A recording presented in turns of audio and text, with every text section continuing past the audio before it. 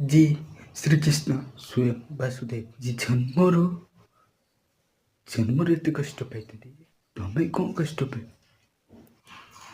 जी ଜନ୍ମରୁ ତାଙ୍କ ଆଗରେ ମରଣ ଠିଆ ହେଇଥିଲା। जी ଜନ୍ମରୁ ଯେତେ ମା ବାପା ତାଙ୍କୁ ଅଲଗା କରି ଦେଲେ,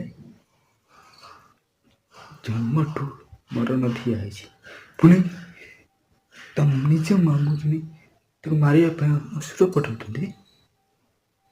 ସେ ନିଜ ପ୍ରେମକୁ ହରେଇ ବହିଛନ୍ତି। ପୁଣି ନିଜ ପାଳିତ ମାଆକୁ ଛାଡ଼ି ସେ ଗୋପପୁର ଛାଡ଼ିଛନ୍ତି। ପୁଣି ମଥୁରାକୁ ଗଲେ ଧର୍ମ ସ୍ଥାପିତ ପାଇଁ ରାଜା ସାଜିଲେ। ପୁଣି ଅର୍ଜୁନ ରଥରେ ବସିଲେ।